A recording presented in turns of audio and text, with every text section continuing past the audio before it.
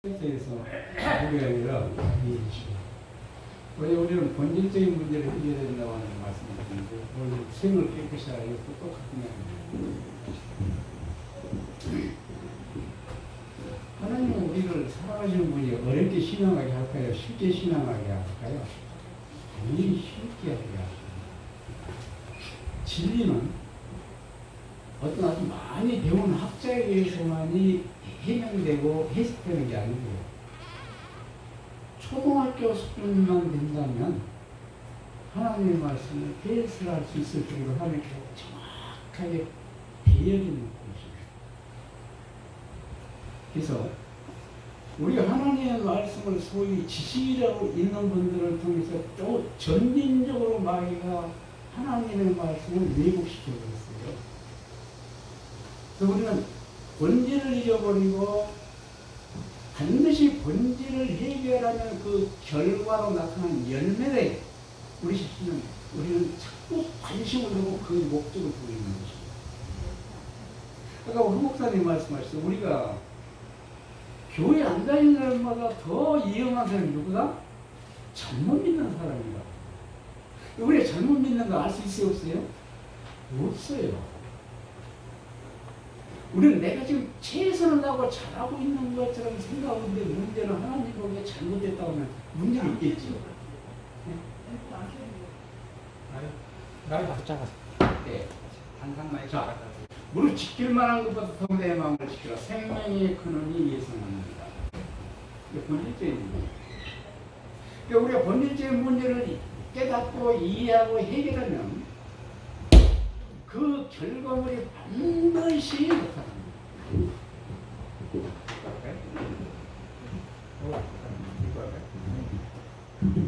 반드시 나타나는데 그걸 열매라고 우리가 주셔야 될 부분은 열매가 아니고 본질적인 문제입니다. 그러니까 샘을 깨끗이 하는 뭐 어떻게 됐나? 당연히 물이 깨끗하다고 이렇게 하나님의 말씀이 지휘돼요. 이건 굉장히 쉽고 단순하잖아요. 근데 우리는 그걸 못 믿는 거예요. 왜냐하면 하나님의 말씀이 논리적으로 안 갔기 때문에 그렇습니다.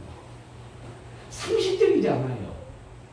그러니까 우리가 너무 생소한 말이기 때문에 이걸 받아들이기를 내가 많은 위험성이 있는 것처럼 느껴지기 때문에 이걸 자꾸 거절하는 거예요.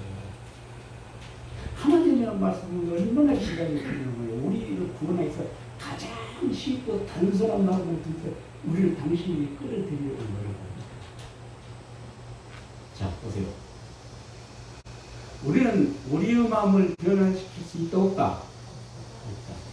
이게 누구 말이에요? 하나님 말씀이에요. 하나님의 말씀은 반드시 하나님의 말씀에 기록한 한 내용이 있으면 그 내용은 반드시 그 내용들이 이루어져요. 그게 하나님의 말씀의 특성이에요. 왜냐? 하나님은 전문가이기 때문에 그렇습니다. 하나님의 말씀은 과학이나 이론의 요에 계신 분이기 때문에 우리 인간의 이유나 논리적으로 아무리 그걸 해결해도 불가능한 거예요.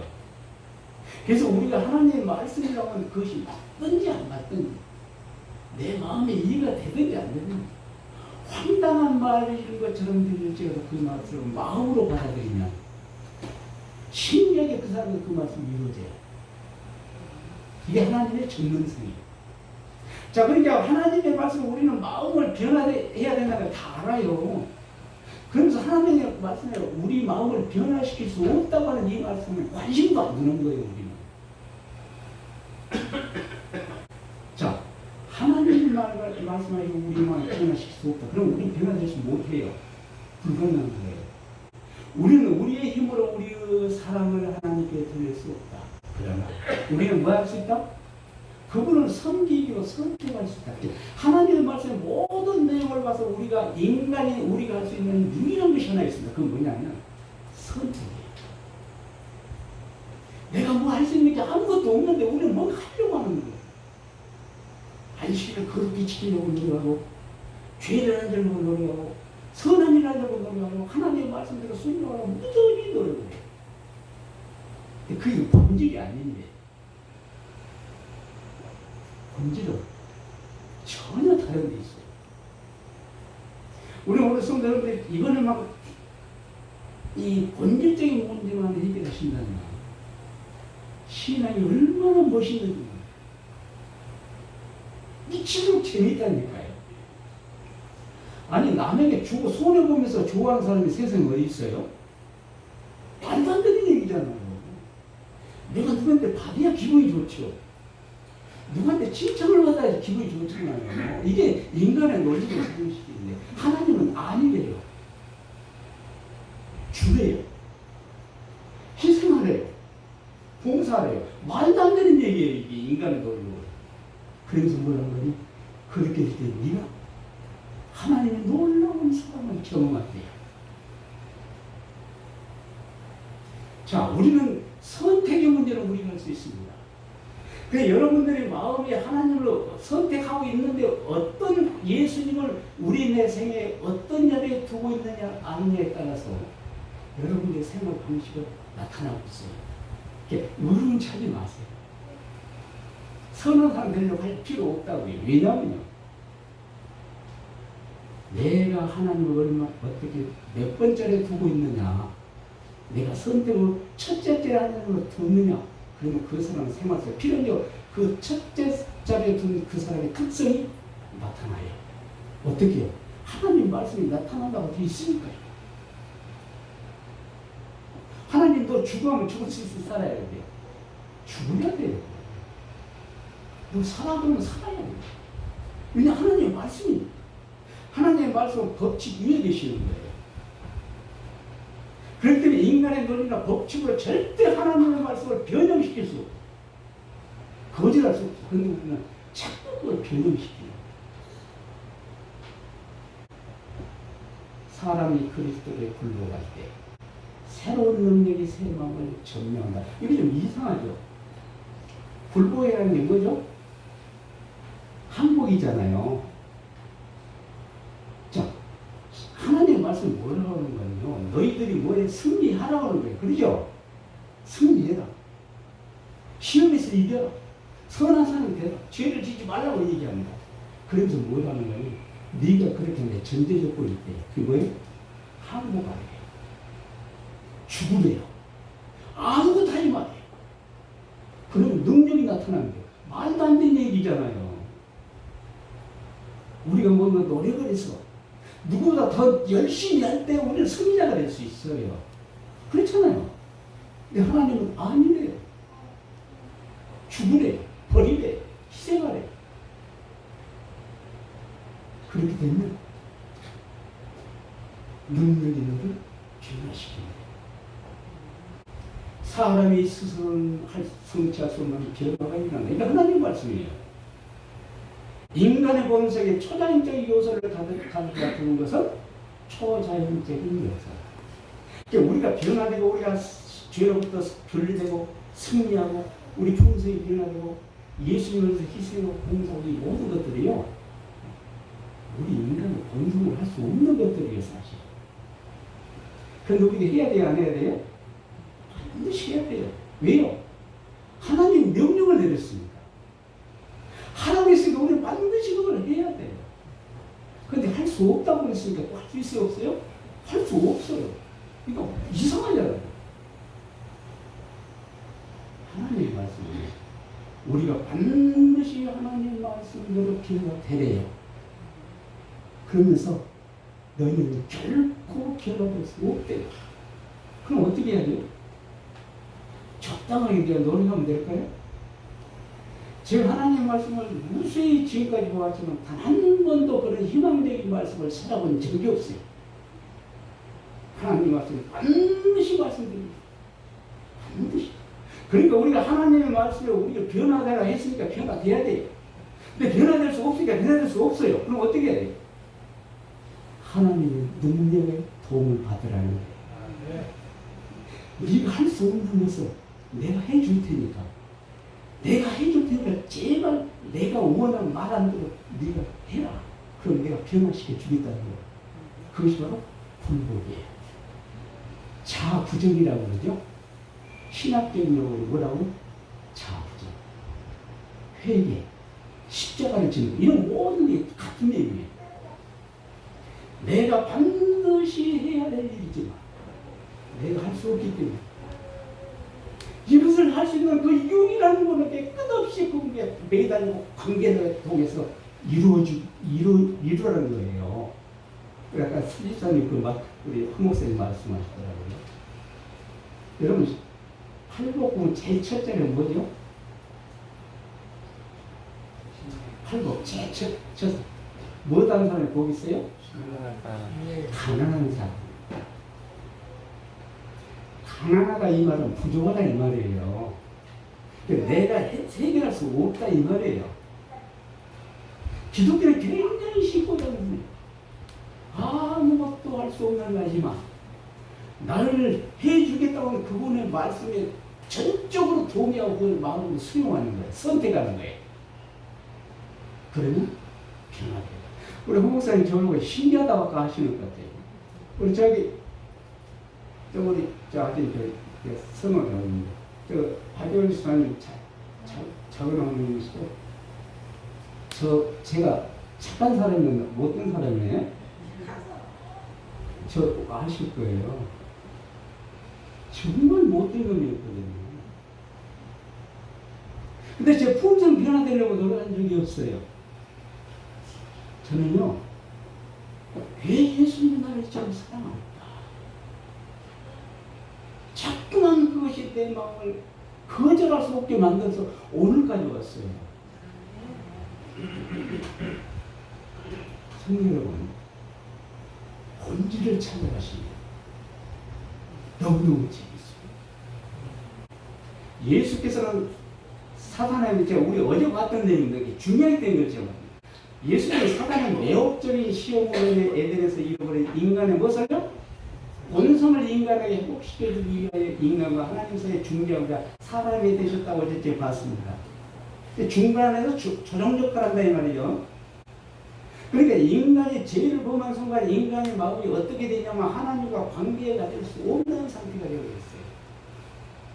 부조가 그러니까 조화를 이룰 수 없단 말이에요. 하나님께서 우리 함께 할 수 없어요. 왜냐하면 하나님이 우리 곁에 우리를 소멸을 불러비면서 우리를 태워버려요. 그렇기 때문에 하나님 우리에게 올 수가 없는 거예요. 인간을 멸망시키고 다시 인간을 만들기 위해서는 하면 족한데 그분은 우리 인간의 생각에 미련하게도 그런 방법을 선택하지 않으시고요. 가장 비효율적인 방법을 선택하셨는데 그게 뭐냐면 당신이 죽는 거예요. 누구에게요? 인간에게. 말도 안 되는 얘기예요. 예수님이 죽은 이유가 있어요. 자, 시간이 없기 때문에 우리 같이 한번 읽어보시게요. 십자가요. 시작. 십자가가 없다면 인류는 아버지와 연합할 수 없었다. 우리 인간 기독교는요, 하나님과 우리가 하나가 됐었어요. 우리 인간은 조건적인 그 생명을 주어졌기 때문에 이 조건적인 생명을 영원하신 분이 주지 않으면 우리는 생명에서 단절돼 버려요. 그러니까 죽는 거예요. 그래서 하나님께서 우리와 함께 지속적으로 해야 돼요. 관계를. 그런데 이 관계가 끊어져 버렸어요. 그러니까 우리는 죽을 수밖에 없죠. 우리가 살기 위해서 어떻게 해야 돼요? 관계를 다시 회복하면 되잖아요. 그렇죠? 다시 원래대로 회복하는 거예요. 이게 복음이에요. 이것을 우리 인간이 할 수 있느냐? 불가능한 거예요. 예수님께서 이 세상에 오신 이유는 우리가 불가능하기 때문에 불가능한 이것을 당신이 하기 위해서 오신 거예요. 그래서 예수님이 우리에게 이용한 것은 죄를 범하지 말라 선한 일을 하다 이것은 열매예요. 본질은 뭐라는 거니? 나와 관계를 갖자는 거예요. 이 관계를 갖는 방법을 하나님 와서 뭐라고 기록했느냐? 회개라고 기록하고 있습니다. 회개는 원어상에는 돌이킨다는 뜻이라고 그래요. 그래요. 내가 지금까지 가졌던 사고방식을 모두 버리고 하나님의 뜻에 전적으로 동의하고 그게 내 자신을 맡기는 것은 회개라고 그래요. 자, 십자가가 왜 우리와 하나님 사이를 연결해 줄까요? 십자가를 바라보면 승리가 보인다 그러잖아요. 십자가 무슨 의미 십자가 보면 승리가 보이죠? 제가 여기서 몇 번 말씀드린 것 같아요. 십자가는요, 예수님이 십자가를 진 이유가 있어요. 그 이유는 우리 인간의 하나님께서 우리를 다시 구원하기 위해서 다시 우리가 당신과 하나가 되기 위한 목적을 주셨는데 우리 인간이 이걸 받아들이지 않는 거예요. 왜냐하면 논리적으로나 이론적으로 맞지 않고 도무지 확실성이 없는 거예요. 사람이 의심나는 것을 받아들일 수 있어요, 없어요? 못 받아들이거든요.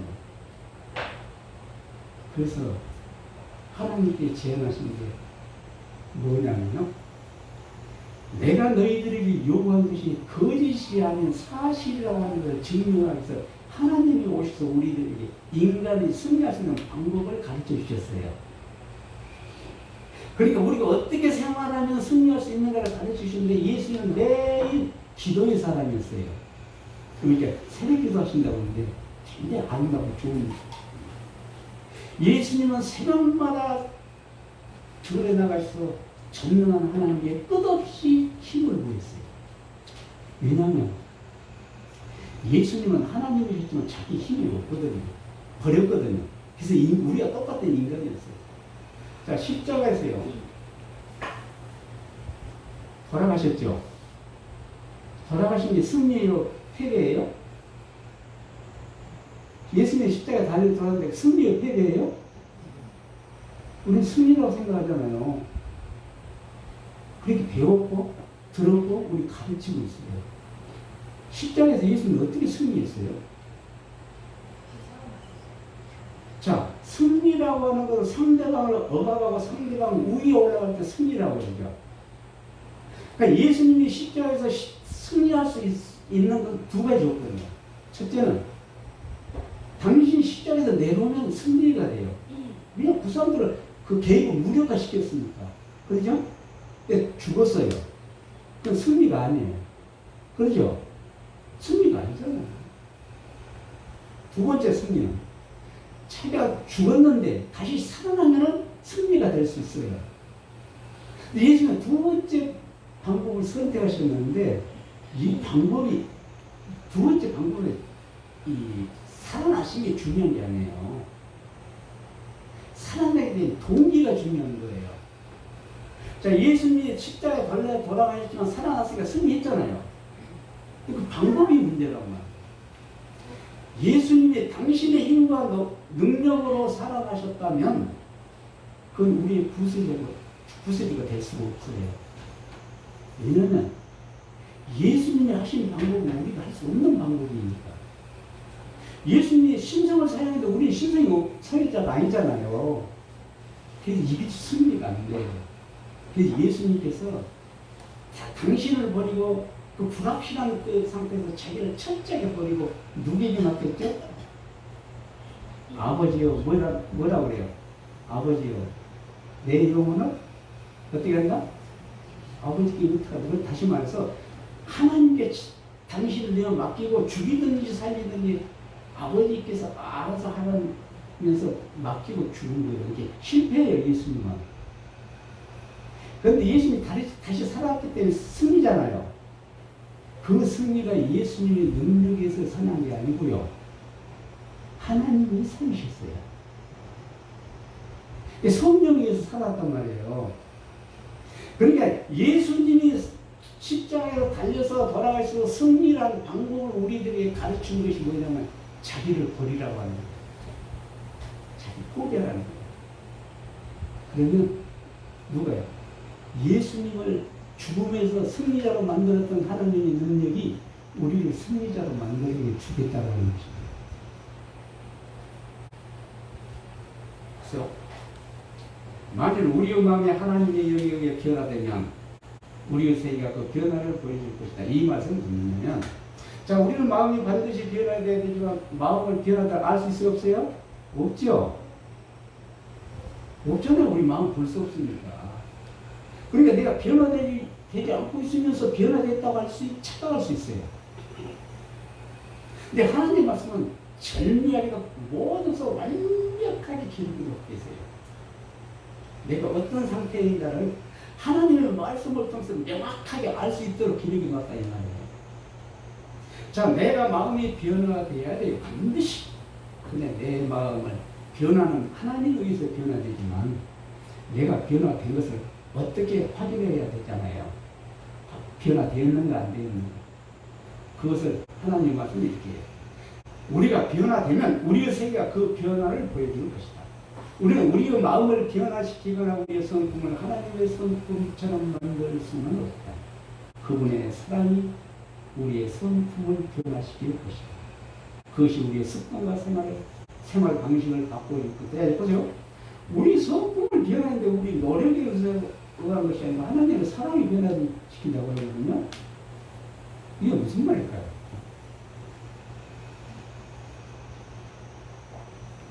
이 은혜가 우리를 변화시킨다고 그러죠. 은혜가 뭐죠? 은혜는 사랑의 또 다른 표현이죠. 제가 저희 어머님을 굉장히 죄송하다는 마음을 갖는 사람이에요. 이 말이요. 저희 어머님이 저희 집에 시집 오셔가지고 저 낳기 전에 쫓겨났어요. 친정에 가서 저를 낳았대요. 저희 어머니는 저를 얻고 재혼하셨는데 재혼한 것이 그냥 바로 습교예요. 습교로 오셨는데 우리 아들 말씀하셨듯이 교부라 왔는데 보통 놈이 아니에요. 정말 개구댕이, 정말 못됩니다. 그러니 친아버지도 아니고 우리 아버지 좋아할까요? 싫어할까요? 당연히 싫어하겠죠. 그래서 저희 어머니는 평생 저 때문에 눈치 속에 사셔요. 제가 지금도 잊어버렸는데 바로 이 아래집 있죠. 옛날에 교회 사택이가 있었죠. 다 생각이 제일 가까이 바로 밑에지. 거기 살았거든요. 제가 아마 8살 때 된 것 같아요. 어머님이 진동하러 누른밥 굽는데 밥을 푼데 누른밥 먹으려고 진동을 누른밥을 주라는 거예요. 조금만 있어 보라는 거예요. 내가 빨리 주라고 하면서 하니까 이것이 쫄냐. 근데 자기가 아버지 계십니다. 그 소리 제가 울어버린 거예요. 울면 어떻게 해야 돼? 이렇게 조용히 하면서 어머니가 그런 거예요. 더 크게 우는 거예요. 제가. 아니 8살 먹은 아이가 누른밥을 먹고 싶어서 누른밥을 달라는데 안녕을 가지고 우는 건 정상이에요? 비정상이에요? 지극히 정상이잖아요. 그런데 어머니 밥상을 방에 가져갔어요. 제가 방에 딱 들어가니까 아버지가 밥상을 그대로 갖다 때려 부셔버려요. 그리고 나 며칠을 안 들었어요. 근데 그 못된 일 하니까 미웠죠. 평생 저희 어머님은 저 때문에 고생하셨어요.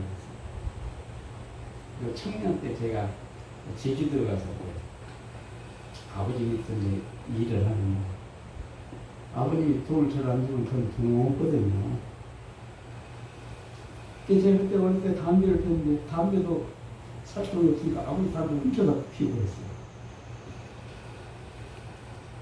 근데 명절 때 됐는데 추석 때 그때는 명절 때 되면 목욕하고 이발하고 그랬잖아요. 아버지는 참 목욕하고 이발하고 참 오셨어요. 근데 저한테 목욕도 안 주고 그러니까 제가 뭐 다른 데 가서 일할 수 있으면 돈을 못 주는데 그러지도 않아요. 제가 어머니에 그런 말 했어요. 어머니 나는 이 모습이요 아들이요.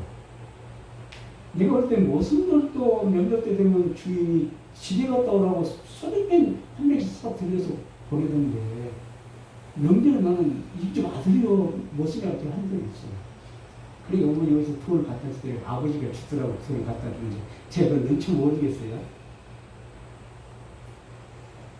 자, 제가 못된 짓 하니까 아버지는 미운 거예요. 그러죠?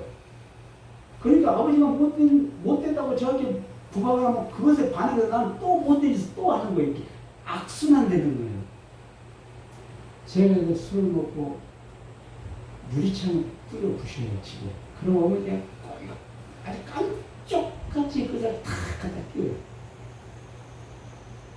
창문을 때려 부시면 그놈을 실로 묶고 창문에 탁 붙여요. 아버지 모르게. 아버님이 저희 어머니에게 돈을 안 주셨어요. 어머니는 죽도록 이만했지 돈이 뭔지를 모르고 살았어요. 그러니까 그러면서 내가 이 방언에서 술을 먹기 시작한 거예요. 술을 먹으면 난풍이 지겠죠. 그러니까 전혀 나에서 친한 친구들이 떠나기 시작해요. 우리 동네 사람들이 우리 어머니한테 보니까 아이고 참 아주 멍청해요. 아니 아들하고 병하고 둘이가 나가서 살면 금방 돈 모으고 살 텐데 뭐 이렇게 사요. 동생들이 이렇게 얘기가 좀 이랬어요. 제가 술 먹으면 남부이지가 친구가 떠나죠. 그 많은 사람들이 내 곁을 떠났어요. 아무도 나를 이해하거나 도움되게 해주는 사람이 없는 거예요. 내가 한날 때 술 안 먹고 있으면 방에 제 방에 누워 있거든요. 하던 방에 누워 있으니까 불도 안 켜고 누워 있고 참 또 이렇게 뭐가 왔다 가요. 그래서 보니까 어머님이에요. 저희 어머님이 제가 방에 있는가 없는가를 확인하시는 거예요. 제가 방에 있으면 그 순간 집에 주무시고 방에 없으면 제가 올 때까지 잠을 못 주무시고 안절부절하신다는 것을 한 사실을 내가 알게 되었어요. 그러니까 내 생에서 유일하게 나를 버리지 않으신 분이 한 분 계신데 그분이 누구요?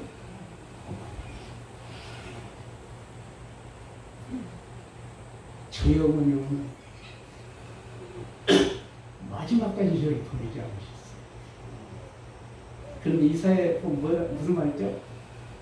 49장 15절에 여인이 그 자식이 길지라도 나는 너를 잊지 않았다고 하는 내용이 있어요.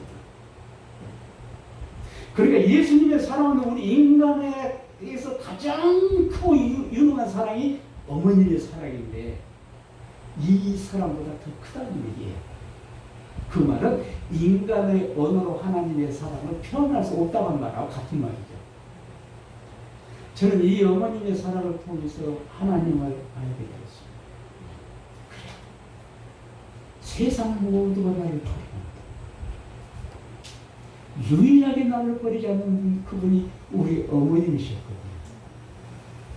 지금도 돌아가셨지만 어머님을 위해서라면 뭔가 하고 싶어요.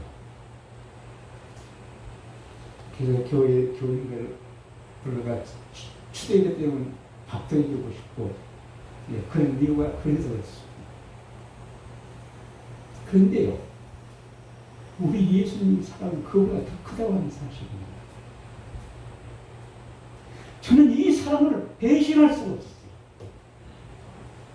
어떻게 배신할까? 내가 수많은 사람들에게 미친놈이라는 소리를 들었어요. 하나님의 말씀을 왜곡시킨다는 말을 수없이 들었어요. 그래서 어제 제가 말씀드렸더니 현직 장로를 집사람들이라는 그런 몸매감을 당하면서도 나는 나를 사랑하는 예수님이 되어버려요. 그저 교회에 충성했어요. 여러분, 우리 품성을 변화시키고 나를 승자로 되게 할 수 있는 것은 내 힘과 노력이 아니다. 전능하신 하나님의 사랑을 내 마음에서 경험할 때 그 경험은 나로 하여금 변해보게 만들어버려요. 그래서 우리는 매일매일 순간마다 예수님의 백성을 느끼고 예수님과 관계를 유지하는 것이 그래서 중요한 거예요. 그래서 우리를 기도해야 되고, 그래서 우리는 주님께 끝없이 굴복해야 되는 이유가 거기가 있는 거예요. 이 문제가 해결되면 그 다음에 우리들 삶 속은 전혀 다른 모습으로 바뀌어요. 인간이 얼마나 교활하냐면요, 제가 이 10년 넘는 카렛을 타고 다녀요. 그러니까 우리 사이가 진도 온다니까 아버님 저 혼자 타고 가세요 하면서 차를 줘요. 안 타요? 더 나는 내 차가 좋고 어떻게 하고 좋아요? 아유 아버님이 타서 장거리 사고 날 수 있으니까 타라고 그래서 제가 타봤거든요. 그런데요, 제가 그 말씀 드리려고 합니다. 제가 한일 처갓집을 탁 갔대. 그 전에 티포 타고 다녔, 아니, 카누스 타고 다녔던 사람이 그런데 신역을 탁 타고 와서 마음에 어떤 마음을 가진 줄 아세요? 야, 저 사람 진짜 샀다. 그럴 거다. 그런 생각이 문득 들어오는 거예요. 그러니까 나를 과시하고 싶은 생각이 다 들어온다 이 말이에요. 이게 어제까지 내 마음에 들었다는 거예요. 그런데요, 제가 어제 설교하면서 우리 성도 여러분들은 의료가 하는지 안 하는지 그건 저는 몰라요. 왜냐하면 그건 또 하나님의 역사니까. 제가 설교할 때마다 하나님이 나와 함께 하고 있다, 하지 않고 있다는 걸 느껴요. 알아요. 근데 어젯밤에 하나님의 역사가 없다고 해서 내가 알았어요. 왜 그럴까? 근데 그 문제가 있어요. 우리는 우리 삶 속에 조그만 아주 미미한 것이지만 자신을 영화롭게 하거나 자신을 나타내려고 하거나 자신을 과시하려고 하는 그런 마음이 들어올 때 성령은 그 우리 마음에서 떠나고 그러니까 여러분 우리가 살인죄를 지을 때 성령이 떠난다고 생각지 마세요. 무슨 간음 찌르져서 성령이 떠나 맞아야 떠나요. 그런데요, 내 마음이 시기하고 질투하는 마음, 누구로부터 인정을 받고자 하는 그 지극히 작은 이 마음이 내 마음에 철저하게 성령을 무력화시켜요. 그러면요, 우리 신앙은 형식적인 신앙이 되고 말아요. 뭔가 자꾸 의도적으로 하려고 하는 거예요. 왜냐하면 선한 사람이 되고 싶어서요. 자, 우리는 우리 삶 속에 매일 하나님의 그 놀라운 사랑을 이루어야 경험을 하시는 게 중요하고, 이 경험을 하기 위해서 우리는 매일 하나님의 말씀을 통해서 내 자신의 결정과 잘못을 찾으려고 노력하는 게 중요합니다. 아까 가정 공부에서 말씀드렸듯이 자꾸만 다른 사람의 결정을 받아봐요. 그거 못됐다. 좋다. 그건 아무런 중요한 게 아니에요. 내가 하늘나라에 가는데 중요한 거는요, 우리 박예월 집사님이 못된 짓 한다 해서 내가 하늘에 못 가는 게 아니에요. 박예월 집사님이 아주 교회에서 헌신하고 희생한 데서 내가 하늘에 갈 수 있는 게 아니라고. 그건 나와 아무런 상관이 없어요. 내가 하늘에 갈 수 있는 것은 나의 사랑의 주님과 올바른 사랑의 본질을 가지고 있느냐 아니냐에 따라서 결정을 하는 거예요. 그래서 우리는 매일 하나님의 말씀을 통해 내 자신의 결정과 잘못이 있는 거 없는 걸 발견하는 게 중요해요. 왜냐? 죄는 깨닫지 못하고 회개 못하거든요. 하나님은 우리에게 뭘 요구하시냐면 네가 불가능하다, 아무것도 할 수 없다고 하는 걸 느끼라고 하는 거예요. 그래서 그걸 통해서 그 문제를 해결해 주실 수 있는 예수님과 관계를 가지라고 하는 게 하나님의 말씀의 본질이에요. 근데 우리는 자꾸만 본질은 잊어버리고 하나님한테 선한 일을 해라, 희생하지 마라, 봉사, 자꾸 여기만 관심을 두는 거예요.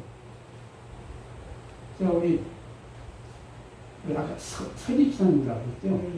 서집사님 선한 사람이 되려고 노력하시죠. 선한 사람이 돼야 되잖아요. 선한 사람, 어려운 사람이 돼야 되잖아요. 우리가 하늘에 가야 되니까. 하늘의 말씀, 명령이 어려운 사람만 하늘에 갈 수 있다고 했잖아요. 어려운 사람이 돼야 돼요. 자, 집사님이요, 90% 아니 100% 지금 하나님의 말씀대로 살려고 하는데도 사람들도 하늘에 갈 수 없다면 그래도 하나님의 말씀대로 살겠어요? 예. 굉장히 어려운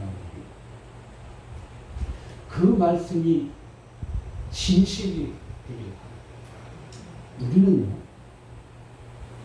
내가 선한 일을 하고 의로운 사람이 되는데 목적은 내가 하늘에 가기 위한 목적이 아니에요. 이것은요, 나를 사랑하는 그분을 대신할 수 없고 그분에게 욕돌릴 수 없기 때문에 그분을 기쁘게 해주고자 하는 마음에서 그분의 말씀대로 순종하고 싶어서 하는 행위해야 돼요. 제가 이 얘기만 하나만 딱 하고 갈게요. 은혜라고 하는 게 뭐냐면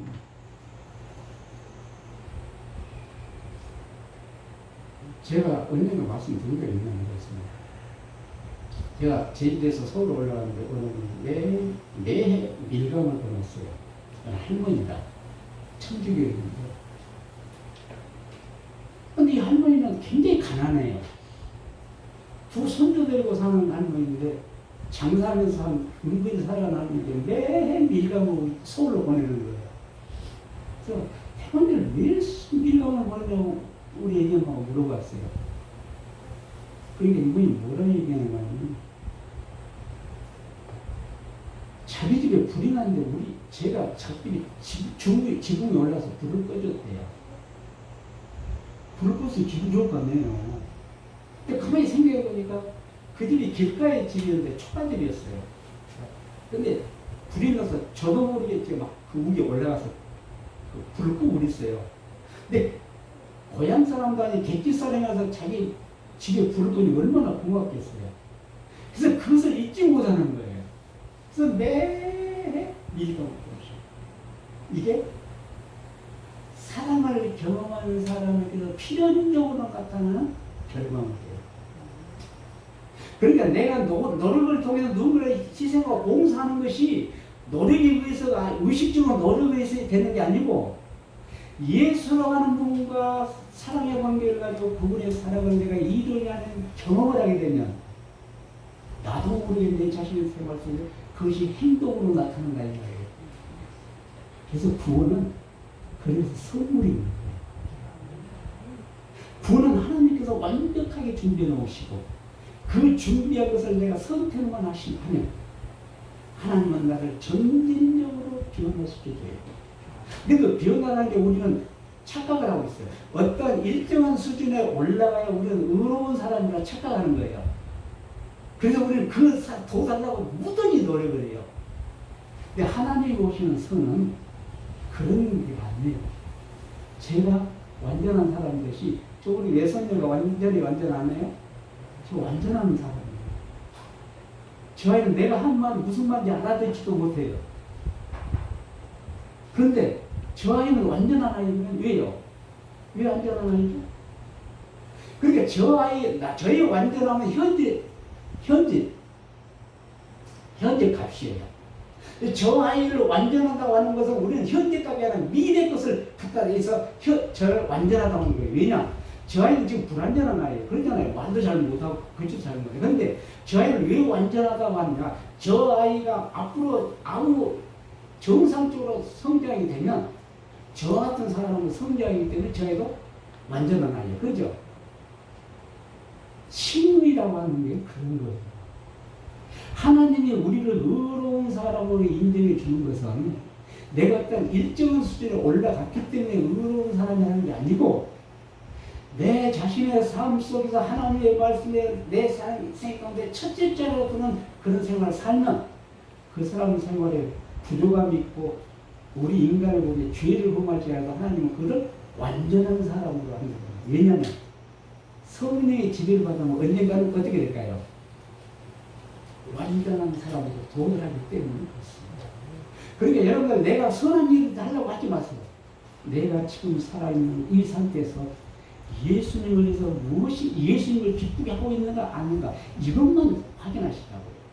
그리고 예수님과 사랑의 관계를 가지시면 그 사람은 완전한 사람이고 의로운 사람이고 하늘에 갈 수 있는 사람이라고 하나님의 말씀이 기록해 놓고 있습니다. 그래서 다윗이 의로운 사람이에요. 그래서 아브라함이 의로운 사람이에요.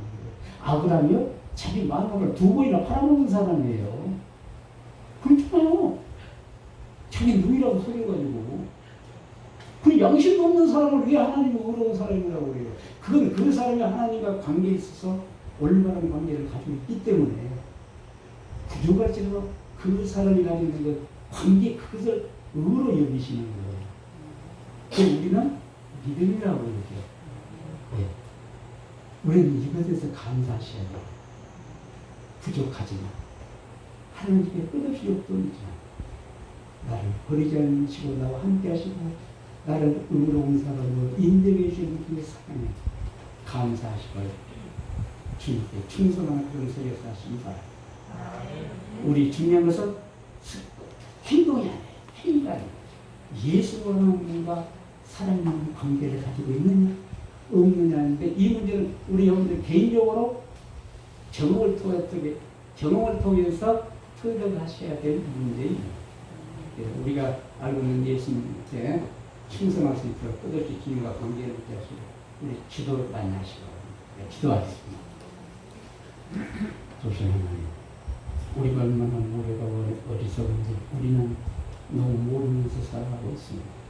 매 순간마다 주님의 능력에 도움을 받고자 주께 굴복하지 않으나 우리는 주님을 영화롭게 할 수 없다고 하는 사실을 항상 기억하고 나의 마음판에 철저히 기억하며 매 순간 주님과 동행하는 삶을 살 수 있도록 도와주시며 사랑하신 예수님의 이름으로 간절히 기도드리옵나이다. 아멘.